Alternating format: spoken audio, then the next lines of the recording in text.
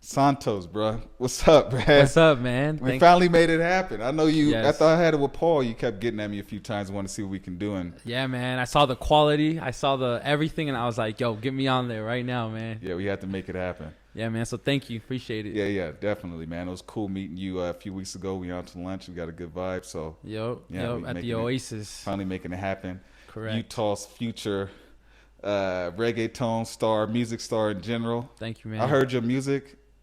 It's off the hook, man. Honestly, it is. The quality of it is real good. I can tell you really been mastering your craft over the last few years. I appreciate it, man. Yeah. I want to give all the credit to the engineers and producers I work with, man. They're the ones that make me sound like $1 billion. So. Okay, cool. Well, Yeah. Just to get started, let everybody know who you are. Give them a little bit background on yourself, and Yeah. ease into So it. I'm Santos Jaguar. I'm a Latin music artist. I mostly focus on like cumbia and a little bit of reggaeton. And so, yeah, I'm more mostly like I kind of sing, I kind of rap. I do just kind of that melodic new school vibe. So, yeah, that's what I do. Tell me a little bit about your background, though. Are you originally from Utah, though, right? Yeah, so I was born and raised in Utah. So, Okay. So I do a lot of Spanglish vibes. So, yeah, born and raised in Salt Lake City, Utah. And then both of my parents are from Guadalajara, Jalisco, Mexico. Okay. So, Tapatíos. And so I grew up with that culture, too, growing up. I would go out to Mexico every year. So, yeah, Cool. huge influence. How was it growing up in Utah? Because I'm not aware of Utah's like music scene, anything like that. So how did you actually get into music, and how was it like I said, get into music in Utah and actually making a name for yourself here? Yeah, I mean, growing up in Utah was always weird because I remember being like 8 years old, almost getting recruited to the Mormon church by like they would do like these, they would like, you could make your own cart, like cars or whatever, and they would do like little derby races or whatever. Yeah. And I remember being a little kid, and they were like, "Oh, come join us at our like little derby race thing," and it was at the church. And when I was there, they were like grilling me, like trying to get me to join. Yeah. And I remember just being like, "Nah," I'm just like, "Nah, I'm just here to race my car or whatever." Yeah. Because I think my brother, he had one already made at the house, so I just pulled up. I didn't even make it. I just pulled up and raced it. I don't think I won, but I just remember going up, just like noticing that difference, right? It's like I grew up Catholic in Utah because of my parents, and I just remember like the difference. I just noticed that, like how if you weren't LDS, you weren't really like included. In elementary, it wasn't that bad because you're all little kids or whatever. But like middle school and high school, you start noticing, like, oh, like they don't really hang out with you because you're not LDS type thing, Yeah, okay, because people start forming their groups, forming their sense of self. Exactly. And basically, there's a lot of factors that go into that. I understand Mormons want to stay around Mormons. They want to keep the money within the Mormon community. They want to keep basically the families together. Yeah, exactly. And what I noticed, it's so funny because I've met Mormons that are not from Utah,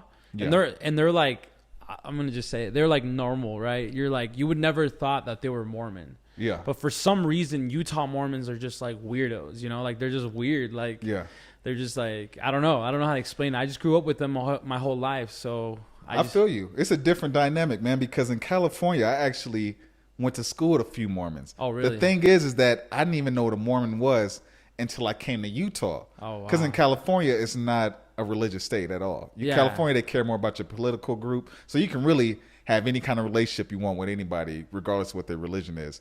But when I first got to Utah, when somebody told me they were Mormon, I thought they were telling me that was their first name. I had no idea it was a religion. And then since I've been here, honestly, I haven't had, most of my experiences with Mormons have been positive. And I will say that for the most part, Mormons don't talk to me, and that's because I'm not of the Mormon religion. So I don't know much about the culture at all. But the few Mormons that have spoken to me, they were cool. They were all right. They were down to earth. They really didn't care. But I have gotten some looks from people who are Mormon and they don't want to have you. They don't want to associate with you basically. Yeah. So I don't know too much about it. Yeah, exactly. I've had both of those experiences too, on both spectrums. Okay. Where it doesn't matter, and then there's the other one where it's very like, oh, like no, Yeah. But like I remember in high school, like growing up, like in my neighborhood, it was mostly like at the time when I was younger, it was mostly like white kids and stuff. And then by the time I was getting to like middle school, which was like 2007, 2008, I started noticing there was more like people from Mexico coming to the U.S. Like I remember in like 2006, that was a huge like inflection in like the community that was coming over here to the U.S. Okay. And now my neighborhood in that Midvale Sandy area that I grew up in is like mostly Latino, like mostly Mexican. And so you realize how important that is when you get older. Because my neighborhood is predominantly black, Mexican, and Tongan. So for me, I didn't really grow up thinking much about it. But as an adult, and then being around kids who grew up around people who didn't look like them, that they always questioned themselves and questioned the beauty or their acceptance by another group, I realized, okay, it's important for people to be around people who they can relate to, or that at least accept them. Yes. If you're around people that accept you for who you are, it's like, in turn, it makes you love who you are a lot better. You know? Yeah. 100%. It wasn't until probably high school, probably senior year, that I was like, I joined like a Latino educational group that was called Latinos in Action. Yeah. And they focused on like education and like culture. It wasn't until then that I actually felt like empowered, like I walked the hallways like, this is my school. You had a stronger sense of self. Yeah, exactly. 100%. That's kind of what started it. But before that, it wasn't really there, I mean, I think we talked about it a little bit last time, how sometimes people fall into these stereotypes that either the media or movies portray.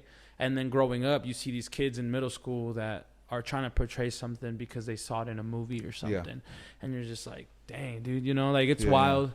It's wild. I remember having an experience in like 5th grade, 6th grade. There was this girl. She was this white girl, and we were like in 5th grade or something. And I remember I said something like, "Oh yeah, I'm Mexican," and she's like, "What? You're Mexican?" Like she was so confused. And I went to elementary school with her my whole like elementary, career or whatever. It wasn't until 6th grade that she asked me that, and I thought that was so weird that she asked me that.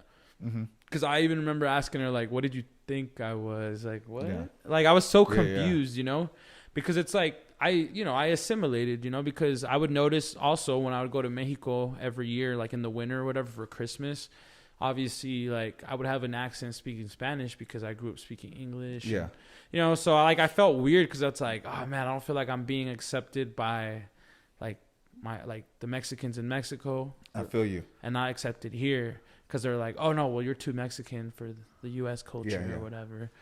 And so I had an identity crisis for sure. It's good at a young age. It's good for me to hear that because me growing up, the Latinos, the Polynesian black people, even Asian, we all kind of got along. We saw each other as like kinfolk. You feel me? So if I would go to another section like San Jose, they'd be like, okay, hey, brother, help you out in here. Yeah. So I had that same mentality coming into Utah. And I realized like even some of the minority groups, they're kind of like keeping other people out. But I get it. It's because the larger group didn't let people in. So people are like, okay, you won't let me in your group? Fuck you. I'll form my own group. And I see that's a little bit of the culture. But like listening to you, all it is just trying to find like I said, a better sense of self. It's trying to find some level of acceptance. You want to find, man. And I didn't grow up with those dynamics, so it's hard for me to. I understand it, but I only understand it from my observation, like viewpoint. Yeah, and it's crazy how much it like actually molds you. You go somewhere else, and then you realize how much it influenced you. Like the same thing that you hated was the same thing that created you. Yeah. You're like, oh shit. You're like, dang, like what? Because I would like to challenge myself. Like I remember my senior year when I had more of a like sense of who I was. I was still like putting myself in places where I wasn't, how would you say it? Like I remember I used to just be a part of different groups. It wasn't just the Latino group. I was a part of like all of them, and like, even if I was the minority, but just to like get an idea of what it felt like to be there. Not necessarily to say like, oh, I forgot who I was. And like, I'm trying to be like something I'm not.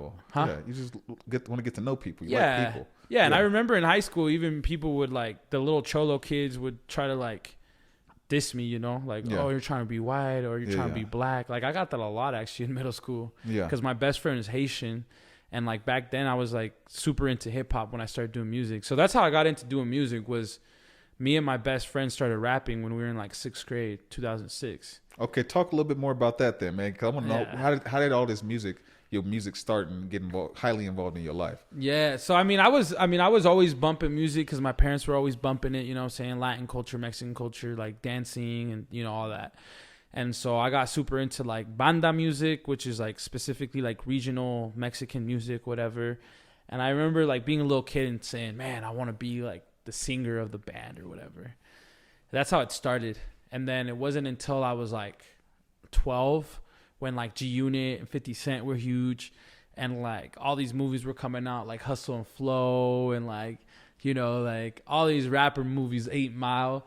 And so that sparked my curiosity, you know. I started getting into the culture. I was obsessed, you know, with hip hop culture. And like I said, I had a good friend. His name is Anton.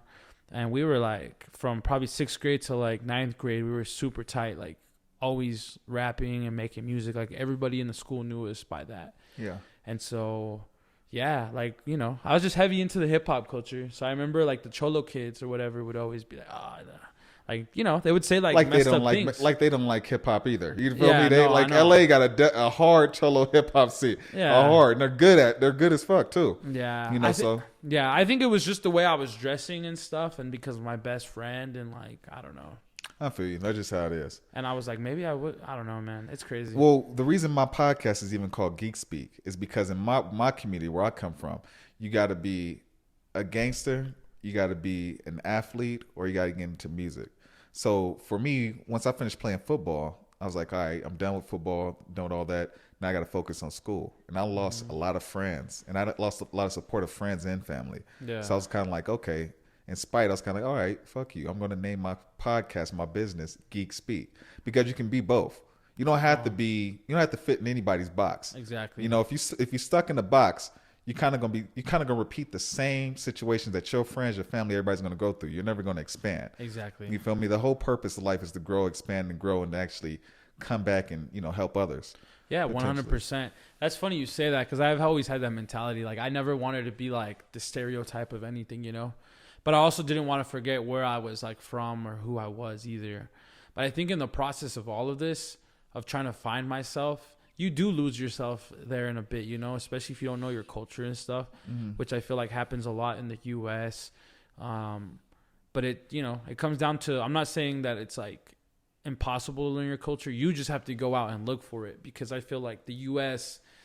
is like a lack of culture. I don't know, because there's just so much mixture of so many different cultures that people sometimes forget who they are, you know.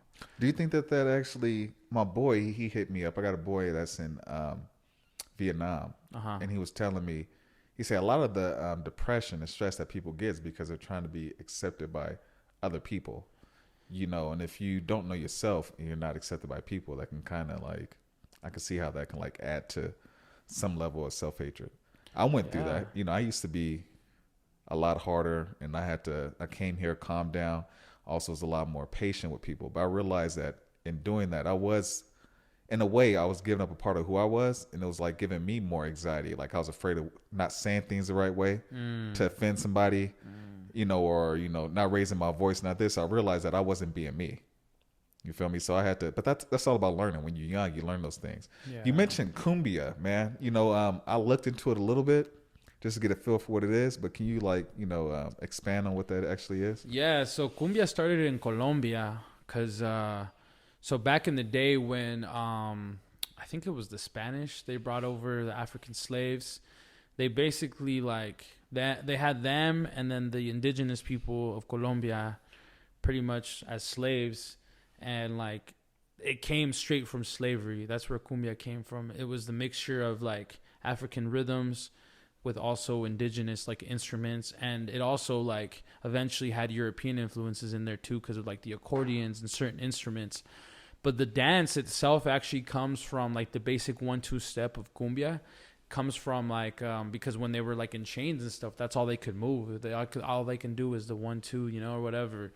So basically what happened is they came up with like a rhythm. I think it was back in like the 50s or 60s where it like started like really taking off. But cumbia was around before then, right? Like back in like, I don't know what year we're talking about, like sometime in the 18 something. Yeah. I don't know my numbers in that sense, but anyways, what ended up happening is that the rhythm got created, and then they basically like changed it up a little bit, because I guess cumbia actually came from another word named like, oh man, I just learned about it the other day, but they basically like cumbia is the result of like the Spanish basically taking I think it was like, I can't remember what tribe, but they had a word, and then they basically made it into what cumbia is now, you know, like in the Spanish sense of it. And then after that, it started like blowing up. Like it went to Peru, and then they added instruments, and then from Peru, Mexico started making their own version of cumbia. And then after that, like Mexico made cumbia more of like orchestral. Like they made it like super like orchestra. Okay. That's when it blew up. That's when it really like took over. And that's when basically every Latin country in the Americas has their own version of cumbia. Yeah. Like even the US, you know? Yeah. I think Canada might be like the only one that doesn't, I guess. It makes sense though. You have to make it appealing to, like you said, cumbia is a combination of the indigenous people, Africans, Europeans. And if you want to make that music like appeal to all those groups, you have to have like aspects of those groups in it. So if you would have kept it more like his little raw level with just the Africans and with the indigenous people, and never made brung in the orchestra or made it big, it probably would have never hit it mainstream. Yeah, and it's still not mainstream, I feel like. Okay. Well, I mean, yes and no. I'm not going to... Like, there's been hits throughout history that have been huge records. Like what? Can you name some? Name a few? Yeah, so there's a group from Mexico called Los Angeles Azules, the Blue Angels, and they're, like, super huge. They've done big collaborations with a lot of many Latin American artists, and they just have big records. Like other countries love their music. But, yeah, that's probably one of the bigger ones. And they're a little older. They're probably, like... 40s, 50 years old, you know, they've been around for like 15, 20 years probably. Okay. So cumbia, the music that you do specifically, do you fit into one genre? Because I know that you mentioned cumbia, and I know you do reggaeton. Yeah. I know you have both those influences. So what would you say your music basically is? What category would it fit in? So, I mean, there's a word out there that they call it cumbiaton. So it's a combination of reggaeton and cumbia.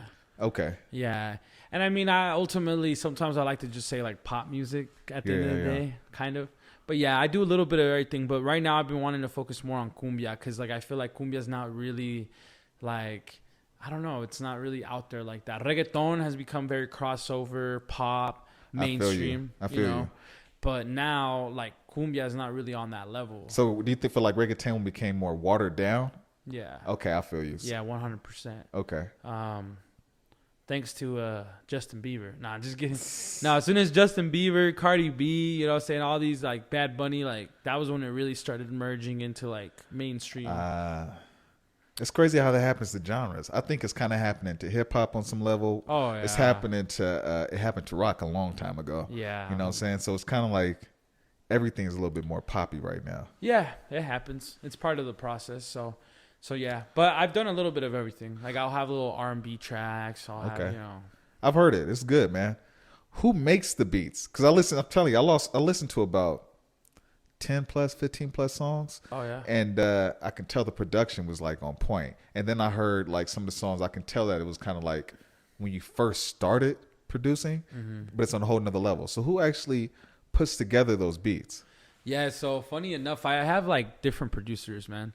Like I have so many different producers that I've worked with. Like there's probably only like a few tracks that I would say I've had like them do like maybe 1 or 2 songs, but I have different producers on each track, to be honest. Yeah. All right. So I've worked with too many people.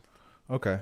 Yeah. So your songs, like we might get a little bit more sentimental here, but your songs, man, do they really tell a story, or are you just your wordplay? You just go off, you just come up with rhyme, put something together, or are you actually telling a story? Is there an experience tied to the songs? Because I have a few of them listed here, man, that I'm curious about. Sandita, Pompani Chocolate, just to name a few. Okay. What song is like your favorite song? And then, yeah, if you can tell some stories behind some of them, that'd be awesome. Yeah. So to be honest, like I've had like a few, maybe out of like the I don't even know how many I have out there now, like 12 or something. I don't know, but probably like 3 out of those tracks I would say are more like stories or like personal reflections. Like I have a song called El Deja Vu, you know, the Deja Vu, whatever. And basically and it's a cumbia track actually too. And I worked with a producer from San Jose, California. His name is Turbo Sonidero. We met just from like the internet, and really cool guy. Like he really put me on in California and in the Bay. Like he actually connected me to people in like LA and like just really opened up the doors for me in California. So shout out to him. But that track, I just spoke from like personal experience, to be 100%, like kind of like how I grew up around my parents. I remember my older brother one time asked me, he's like, "Oh yeah, I really like Deja Vu," and I was like, "Yeah." He's like, "Yeah, like what you're talking about, like." He's like, "I feel like you're talking about our parents and stuff." When I was like, "Yeah, I was." And the song basically says like, "You're always doing the same thing, deja vu. You're always doing the same thing, deja vu." Like just hearing my mom and my dad like arguing and, you know, saying, "Oh, you're always doing the same thing," you know, like never changing type thing, you know. So the song kind of like talks about that, like how it's just a reoccurring deja vu because nothing has changed. You know, they're just still being the same way. Just kind of like not happy with each other and like, you know what I mean? Just being dysfunctional, I guess, essentially. Yeah. And I understand, man. Yeah. But like Pan Pan, that one's just like, just fun. Like that's just wordplay. That's just like the song is called like, what is it? Bread. Like sweet bread, like Mexican bread, you know? Yeah. Conchas and stuff, and like chocolate. Like that was my favorite song. That's the one I remembered. I was like, damn, that was the very first one I heard. I was like, damn, that's a good fucking song. Oh, thank you, man. Yeah, that's just like a, to be honest, that one's more of my like a bubblegum track. It's just very like, you know, just a catchy. But it's cool, man. I can see people in the club. I can see women shaking their ass to that song. Yeah. Pom, pom, pom. And it's for the culture. Yeah. Yeah, because, you know, like it was inspired by like the Mexican bread, the pan dulce, the conchas and stuff. Because that's just like a cultural thing to eat like bread and your like hot chocolate or whatever, the Mexican bread. And so it was just supposed to be like a fun track. And I forgot, how did that song come about? Oh, yeah, actually. So that hook is actually a sample from an old group from like the 50s called La Familia Flores, and they're from Spain, but they're what are they? They're Moors, or not Moors. What was it? What was it? Dang it! It's like kind of like the Arabic influence in Spain. What is it called again? It might be the Moors. Yeah, I think so. So that it might be of that group, but it might be something else. But the Moors were culturally, yeah. So that family, Familia Flores, it was like a family of adults that would play like flamenco music. That's what it's called. And they have a song called Pan Pan y Chocolate, and the chorus from that song, if you go look them up on YouTube, like they have a song of them, and like they're at like a concert, and they have the whole crowd singing that song. And one of my mentors, he was like, "Dude, you should remake the song because that chorus is super catchy." Yeah. And we just changed up a couple words and modernized it. And it's basically just saying like, this girl doesn't want to work because she wants pan pan y chocolate. Like she's just lazy. Like she just wants everything handed to her. She's like not a gold digger, but I don't even understand Spanish, man. But I love that song. That was a good song, man. Thank you. Is there any like Latino artists right now that you can look at and be like, man, that's somebody that I respect or somebody that I can kind of like that I admire, that I want to kind of like get some kind of influence of? Yeah, I would say like a Pitbull, a J Balvin, a Bad Bunny, you know. There's a couple more, A-Chow, that are like mixing like the Spanglish vibes in the music. Yeah, I would say probably those. That question is funny because like after I leave interviews, I'm like, this is who influenced me, and then I think about it after. Yeah. But I had those loaded up. I was like, I'll just say those guys. It's all good. Yeah, because sometimes I try to think about it like, oh, who really influenced me, you know? Yeah. Like, yeah, but like I think like a Pitbull as far as like business wise and like his approach. Yeah. What was I about to say? What do you like? Keep it real. What do you want to get out of your music career? Ideally, what do you want it? Where do you want it to go? Yeah, I want to get to the level where I'm like living off of music, and I want to like tour all over the world. You're already touring though. Haven't you been you've done shows in Mexico, you've done a few different shows in America or different states, like, you know. Yeah, a little bit. So I just want to like bring that up even more. I mean, I've only really gone out to like California and then like a little bit of Idaho and then just Utah. Okay. I haven't done anything in Mexico just yet. I'm working on it, but yeah. But I want to be able to just tour everywhere, man. Like I want to just spread my music all over the world and just like represent the culture, I guess, more than anything. And specifically like the culture here in the U.S. You know, like the mix experience. Are you the only like cumbia tone artist in Utah? I would say so far, yes. I think that's 1 point for you, because I think that like you specialize in it. It's gonna let you stand out, and then really to blow up. I want to say in the Latino scene. I mean, isn't it more like Southeast, like Florida, that side? That if your music were to blow up to get out there, they would have to like someone would bring you in and put you out there, because I don't know what other types of like what states actually put out that reggaeton like music. Yeah, I would say probably like a Miami or maybe even a New York.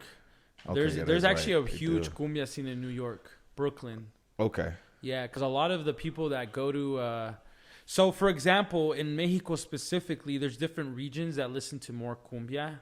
So like Mexico City, Puebla, more like that region, cumbia is like their bread and butter, and then you go up north and then they have their style of music that's more norteño is what they call it, guitars, accordions.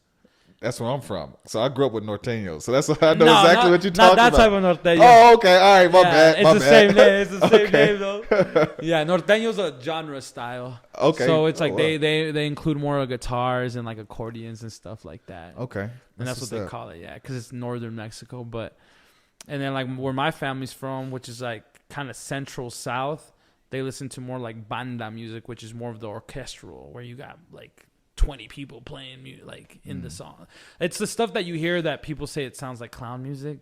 That's more of the I've heard that before. Yeah. I grew up with that, to be honest. I mean, like I said, it was Mexican's my hometown. Yeah. So the music, like there was let me see, I left a note of it. It was a song that you were playing that reminded me of Sandia. It reminded me of like traditional Mexican music. Yep. So is that kind of what you're talking about? Correct. Yeah, exactly. That style actually that we got the sample from Sandia comes from more of like a norteño grupero kind of style. So that's more like 4 or 5 instruments.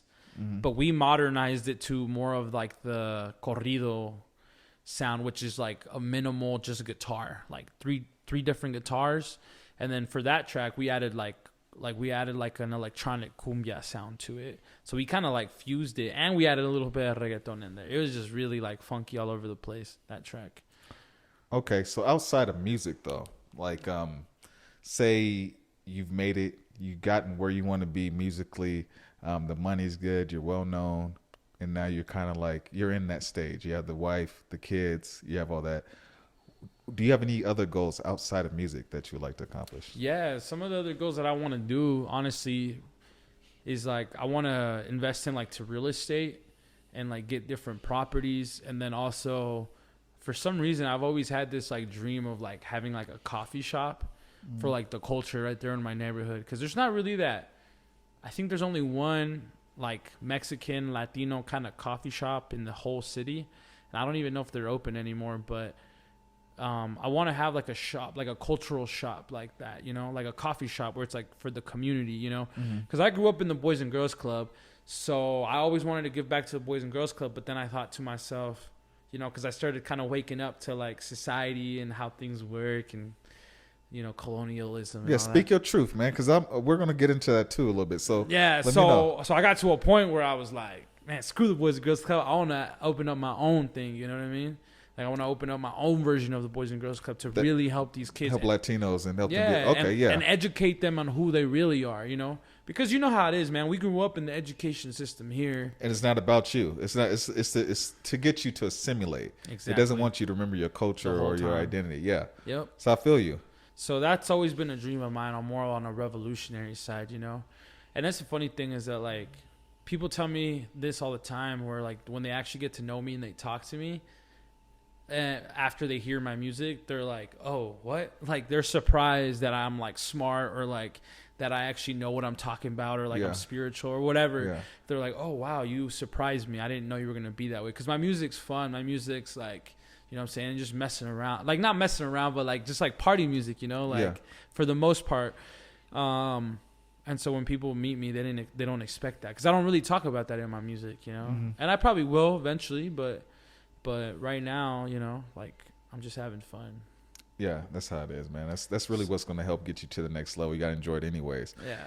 You mentioned at the beginning of this show that you got into Latinos in action. That gave you a better sense of yourself, a sense of community. But when we had lunch, you had some other opinions about Latino in action. Yeah. You said that everything has its pros and cons. You're saying, but on some level, it's trying to get you to basically drop your heritage, your culture, and basically become white, essentially. So, yeah, can you talk on that? Yeah, 100%, man. And yeah, big time assimilation, you know.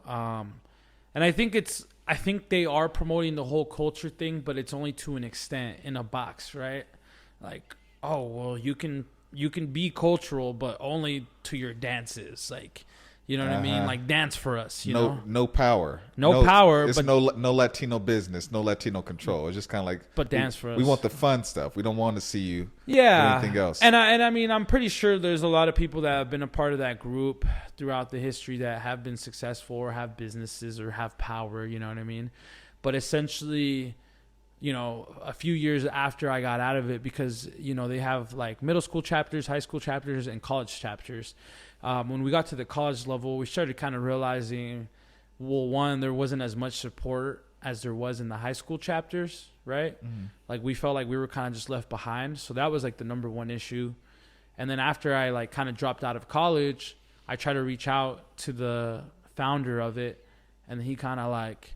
You know, and it might have been a miscommunication, you know, and I would love to talk to him one day, Jose Enriquez, but he kind of just shooed me away, you know. He was just like, oh, did you graduate college? No? Oh, well, sorry, I can't help you because that's what we're promoting. We're promoting college graduates, so how am I going to, like, put you on a pedestal if you don't even meet the requirements? Gotcha. And that's just kind of like, that really turned me off, you know, that really lit a fire in me that I was like, man, you know, like, it just made me want to be more successful, but it was upsetting. It was really upsetting. Well, what's kind of hard, I think the same issue that Latinos and Mexicans have in this country is that, yeah, you're promoting education. You're going to college, you're getting the degrees.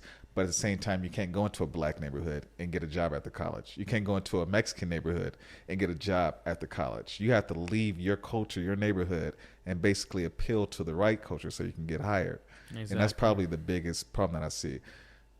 What, in your opinion, what do Mexicans need to do to become more competitive? That can be business-wise, or that can be like attitude-wise. You know, because sometimes we keep each other down. So what do you think? Yeah, 100%. I don't know, man. I would say, like, on the pro side of things, the one thing that we always hear about our culture is like, oh, hardworking. They're hardworking. And I remember growing up, like, I was lazy. I was lazy as fuck. And so, like, I would always be like, man, like, I don't fit under that stereotype, like, that I'm hardworking. But that's one thing that I would say, like, we got to keep up is the hardworking aspect of it. But I think more than anything, it's just like, and it's not our fault, because I feel like we've been conditioned. But, like, the one thing I would say that would help is, like, remembering who we are in the sense of, like, you know, like, just the whole idea that we're not from here. You know what I mean? I think growing up our whole lives, we are told that we're not from here. You know, you hear everywhere illegal alien and this and that and immigration and this and that. But you're not American. Yeah, basically. You're not American. Yeah, you're not American type thing mentality. So I think the first thing we need to do as a culture and as a people, we need to realize, like, who we really are. You know what I mean? And we are the most Americans in this whole continent, you know what I'm saying? And if you're brown, you know, you're indigenous to this country, you know. Obviously, Mexico is a very diverse country. You know, you have white Mexicans, you have Asian, Chinese Mexicans. But historically, this was the land of brown people. Yeah. Yeah. Everyone has their motherland, you know what I mean? Every color or every race, whatever, has their motherland. And it's like, this is our motherland. So we need to remember, like, this is our land. Who you are, and don't let people who don't look like you tell you who you are. Exactly. And we've been told that our whole lives for a reason, you know what I mean? To make us forget who we are. And that's the thing, is that these things don't happen for a coincidence, you know, and it's not until you realize what's really going on, you're like, oh man. And that's kind of what LIA was, man. LIA was reinforcing what, you know, the white man's standard of, like, who we should be as a culture, you know. It was like, it was on the surface, it's like it's helping your people, but at the end of the day, it's keeping your people controlled and confined. Oh, to an idea. 100%. Yeah. How do you think, you've spoken this a little bit, how do you think the media like depicts Latinos and Mexicans in general? I think it just goes back to the whole illegal immigration stuff, you know, you're not from here, you're not from here, you're not from here type of mentality, you know. Again, you know, I went to a high school that for my area had the most diverse group, which really was only like 30% out of the school, but that was the most diverse in my area, which was like the East Side, Sandy, Midville area. And I remember, you know, being in a class with this history teacher, older guy, he's probably 60s or something. He was the girls' basketball coach, Mr. Richardson. And I remember how he there was 3 like Mexican kids in the class, and I was one of them. And like he was just like belittling us, you know. He was like making fun of us because I think we were reading like a textbook, and I think I said a word like wrong, you know. And he's like, "Oh, I didn't even know how to speak English," you know. I was like, what? And the whole class was laughing, you know, and like just the 3 brown students are just looking at each other like, what is going on right now? Like, holy crap, this is really happening, you know. And it's just like little things like that you're like, dude, this is real. It's crazy. It's like that. My brother. And I never went to the principal or nothing, you know. I should have. My brother, he had a similar situation. He was, he wanted to get into music in high school, so he took a music class. And he said he went to the music class. First day he stepped in there, and the teacher said, "Get out of here. You don't belong in here." Kicked him out. And he just got up and didn't say anything. Those are racial examples. I remember for me growing up, what it was, my neighborhood was predominantly black, and I had black teachers. But I remember for me, it was more about being an athlete. And once I was in 4th grade, that's when I started to not look as cute anymore. So the teacher was just kind of like, okay, y'all the athletes, you guys are automatically stupid. So they sat us at a different table away from everybody. And the name of the table was Menace of Society. And they didn't teach us. What? So from 4th grade all the way through 8th grade, I never had a homework assignment. I didn't have anything, no tests. They didn't teach me. So I had to teach myself. What? I had to like get the book and learn how to teach myself. So I was in detention for like a long time, and then just was like they gave up on us. Yo. So, you know, we all kind of like you just get some fucked up teachers, man. That's really what it is. You get some fucked up teachers, fucked up people doing things that in positions they shouldn't be in. Oh, 100%, you know? Man. 100%. You get in the education system, and you get in the criminal system. You get people who shouldn't be cops that are cops or in law, you know. Yeah. So that's how it goes, man. Yeah, man. So I think, you know, stuff like that empowers me. It's like, I think when you're like empowered and you know who you are, it's like now and today, 28 years old, I walk around like, you can't tell me shit. You know what I'm saying? Yeah. Like nobody could tell me nothing because I know this is my land. I know my culture. I know this is who I am. And that's the vibe I'm on, man. And I've ruffled a couple of feathers out there, even with my own people. You know what I mean? Where I'll be telling them like, yo, this is our, you know, like I'm over here firing it up. And they're just looking at me like, bro, you crazy, bro. We're not native. We're not, because. Yes, you are. yeah. You're like, we're not Indian. Like. That's what they think of, reservation, but they're not aware of that. They're not realizing, you know, and it's crazy, man. It's crazy. Yeah. Because that's a big thing in like Mexican culture to insult someone or call them dumb. You call them Indian or Indio. If someone says, "Oh, pinche Indio," they're calling you they're calling you the lowest thing you can be. And then realized Spanish wasn't even in this land before that. Just like us, your original native language was taken. I don't even know my native language. Yeah. So and so, but the thing is that the language still exists to this day, which is Nahuatl. Really? Yeah, and it's still alive to this day. Wow. There's a few countries in states in Mexico that still speak it. But I mean, it's a very, very small population, you know, that speaks it. Wow, I'd love to hear that sometime. Yeah. I have a question around etiquette. We spoke about like black people experience the same thing. You go to college and you're away from your community, your culture. You want to be accepted, so you basically you drop a little bit of who you are. You graduate, and in order to get hired, you have to basically assimilate to another culture. How could a Mexican that has had that journey, how can they assimilate to white culture, but then also identify with their own culture? I don't know, man. I mean, that's a tough question, but I would say maybe just staying connected with the community, essentially. You know, keeping it 100 with the community and just like giving back and just not forgetting where you came from, essentially. Because I think what happens is a lot of people, and I've seen it happen, is that they get a little education, whatever. They got a little good job, they assimilate, and then they just kind of forget about the culture, they even belong to it. They try to act like something that they're not, or And I remember when I was in college, I was going that direction, like I would go home facing these real issues that my parents are facing, the reality.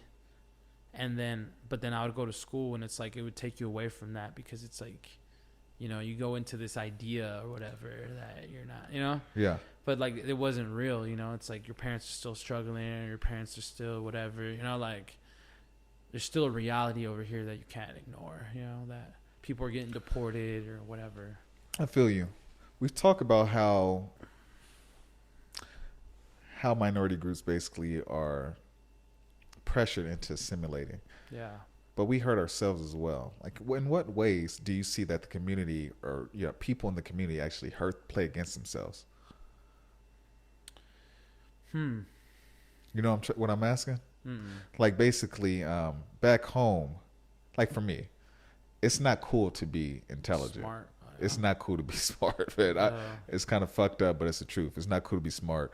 And then if you go to college and then say you go back home, you're kind of like, they see you as a loser. They kind of like give you shit, like, oh, you think you better than us now. I've actually had that happen. You think you better than us now. When I didn't even have a job, just reading a book and being in school, you think you better than us now. I kid you not. So like, I don't have anything. Yeah, you feel me? So, and then also, my neighborhood in the early 90s is murder capital. There's different areas of Oakland. I'm sure there's other Latino communities as well, but I'm wondering, do you guys have that same thing? Like, do you have people in the community that's like, hey, oh, you fucking, you punk, or you fuck. Oh, yeah, my brother. I'll tell you a story with us. My brother, there was about somebody that he graduated with, his friend, Mexican dude. He had a scholarship to go to San Jose State. He was an older cousin of his, and the older cousin convinced him into like robbing a gas station. So they robbed a gas station, got some money, and they robbed 3 other places.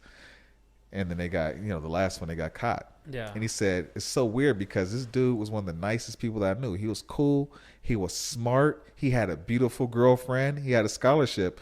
And then he did that. I was like, he going to get locked up for a long time. What I told him was like, that person, his older cousin, I said his older cousin was always jealous of him. And his older cousin just wanted to bring him down to his level. 100%. And he admired his older cousin enough to just do it because he wanted his love and acceptance. So I'm wondering, like, do you see any of that in the Mexican community where you see people that are trying to like pressure other kids into doing things that they shouldn't do, that actually, that's bad for them in the long run? Yeah, 100%. The whole gang world. Yeah. I feel like in Utah, it was an interesting thing because like I remember growing up hearing how like in the 90s in Utah, in like these West Side neighborhoods, like it was like a thing or whatever, like a problem, like the whole gang thing. But then it kind of calmed down when I was like growing up, like in 9th and 10th grade. You didn't really see gangs and stuff in Utah. Yeah. You would see maybe a few people here or there in the school wear colors, but it wasn't like 30 people in the school that organized. It was just kind of sporadic and more of like everyone used to just dress like that in middle school. You know what I mean? And like things like that, like things like stereotypes or certain ideas, like the whole gangster thing, right? Yeah. That it's like, I remember everyone was super influenced by that. And if you weren't that, then you were either trying to be white or you're trying to be black. You're trying to be something else. And it's just like, why is it that being Mexican means you have to be a cholo or a gangster? Why? Like, I remember that was like what it was like to grow up for me. Growing up, that's what it was like. Like you can't just be. You have to like fit into something. Yeah. I was aware of that too when I was younger. You see, I'm doing a lot of different things, but I was aware of that same thing. Yeah. I could see that everybody was just copying each other. Yeah, copying. Yeah, exactly. And still to this day, it still happens. It's going to always happen. Yeah, it's always going to happen. The sheep and the shepherd. You feel me? So you got to lead the people in the direction you want them to go. Yeah, man. And I remember it was funny because like, I being in LA or whatever, and we would do like, we'd blast our music and stuff. And I remember back then I would be I bet you I have high school friends that remember me like this, that I used to be like yo, relax, guys. Like, calm down. You know what I'm saying? Turn down the music. and now I'm loud. And now I saw a video of you on stage. You just like, I was like, damn, he pumped. and now I'm that, you know? Yeah. And then I'm out here making Latin music and repping it hard, you know? Because I remember I had people from high school roast me and be like, bro, you were like not ashamed, but like you were trying to like tone it down, you know? It's like, bro, well, it's just, you know, like I wanted us to look good, not to look some type of way, you know? Yeah. It's that whole argument of like, I've been there, man. Yeah, I did that before. The whole like, we don't want to look ratchet, you know, type idea. Now you know that shit don't even matter. As you get older, none of that matters. None of it matters. You think it does, but it doesn't. You can kind of do what you want to do, say what you want to say. Exactly. You feel me? And you can still get where you want to get. Exactly. 100%. At your shows, we talked a little bit about like Mexican business, things that need to be changed and whatnot. At your shows, do you get a lot of support from a Mexican audience? I mean, like, how do they support your music, or how do Mexicans support Mexican businesses from what you see in Utah in general? Yeah, so I mean, when I was starting, like when I turned 21 and I started going to these nightclubs and stuff, you know, there's like a pretty like probably like 4 or 5 like pretty established like Latin owned like clubs. Yeah. You know, and so I would say first and foremost that, you know, like those Latin nights are definitely like a big support. But now where I'm at now I'm hitting more of a crossover crowd with Latin music becoming more mainstream.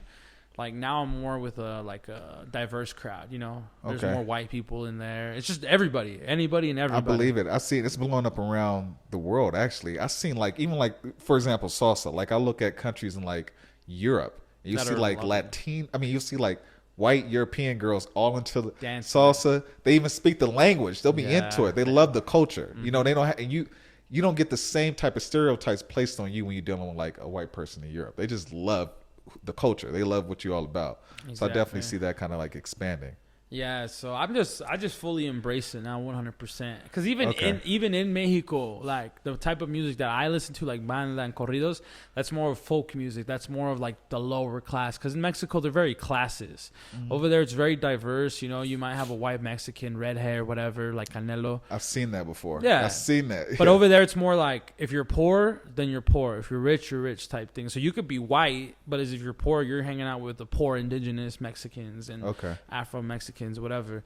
So like I have a friend that's from Mexico that like was born and raised out there, and she recently moved out here, and you know, like I was listening to a specific style of music that a lot of like young kids here in the US listen to, like corridos, and they modernized them. They basically became like the new trap music, but with a with a guitar. Yeah. But they're doing it in Spanish, but it's basically trap music. They're talking about sipping syrup and all this crazy stuff. Yeah.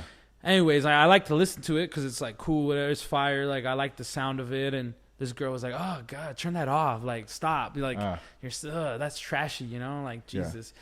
And she listens more to like rock and español and like you know what I mean, certain types of genres that it's like. So it just shows you, you know, like. I'm glad you said that though, because my next question for you was like, what's the difference between Mexican Americans and Mexico Mexicans? Yeah, Culturally, you obviously, you know, well, it's a little different now because of the internet. Even now Mexicans. I didn't even think about that. Yeah, now Mexicans in Mexico have become a little bit more Americanized because of the internet. Because I remember a few years ago when I was like, before the internet really blew up or whatever, or took over, like it was very like, oh, you're Americanized, or like it was very, you know, at least my experience, because I know obviously big cities in Mexico, they already were into this, like they listen to English music. That's nothing new. But like now with the internet, it's become more globalized. So I don't know. It's kind of hard because this last time I went to Mexico in May, I was in Monterrey, which is a little bit, it's already a more Americanized city anyways because it's kind of close to Texas. So it felt like I was here in the U.S., honestly. Okay. All right. Like I felt like they were Mexican American because they were like speaking both Spanglish. Like they were speaking English and they were trying, like they had an accent, but they were still speaking English. They were into all the same music. Like the internet has just made changed the world. Yeah, it's man. Changed the world. Okay. Yeah. So I can't even, like, there's not much of a difference anymore, honestly. Especially, I've noticed it, especially these last few, like 3-4 years. Oh wow, okay. It feels like I'm just over there, and you know, more people are speaking English and stuff in Mexico. So. Well, that's pretty cool then, because I know it's cheaper over there. If you can bring that American dollar, it can go long in Mexico. Oh man, tell me about it. I've already thought about it. Yeah, I would love to have like property out there. My family has like land that they've given us. Yeah. But it's like in the middle of nowhere. So I mean, there's nothing wrong with it. I'll still take it. I'm still taking it, you know. But anyways, yeah. Well, it's Halloween weekend. What do you got planned tonight? Because Paul's here. He just is out of camera. What do y'all got planned tonight, though, man? What's the? We're just going to rapping, you singing? What's going on? Nah, so this weekend I'm actually off. I had a show. So I'm a resident artist at Exchange, which is in downtown Salt Lake, right next to Twist. It's their new like addition to their bar. Oh, okay. Yeah, it's like downstairs. And so I just performed there a week ago, before Halloween. Yeah. And then I'm good. So I perform there once a month. So I'm actually off Halloween weekend. So I'm just chilling, taking it easy, hanging out with Paul, going to like a little Halloween like dinner party thing at a house. Okay. Yeah, and then what else is going on? I know there's a few things going on at the bars. Like the DJ I work with that I do the shows with, like he's always at different bars working and stuff. Mm-hmm. So he's probably just go visit him or something. Okay. Yeah, just take it easy. I try to like balance myself, like not go out too much because I'm already going out for the shows. Yeah. So I was telling Paul the same thing. I was like, I don't like to burn myself out. Like, I feel go you. out every weekend. I feel you, man. It can be that way. You know, you gotta. I guess you gotta just energize yourself up for it, man. Because you seem like you be hustling like I do.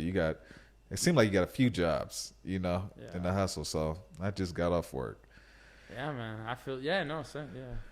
Yeah. But hey, I'm gonna end it here, man. I'm tired. I gotta get the hell. I got an appointment with my girl, so I gotta get some shit too. But yeah, man. Thanks for being here. Hey, thank you. We made it happen. Yes. It was a good episode. Enjoyed your music. I'm gonna link some of your music in the description below. You feel me? Just send me like the top 5 that you like. You feel me? And we'll put it out there and make sure it gets out. Sounds good. Thank you, man. I appreciate it. Thanks for being here. Yeah. All right. Peace. Peace.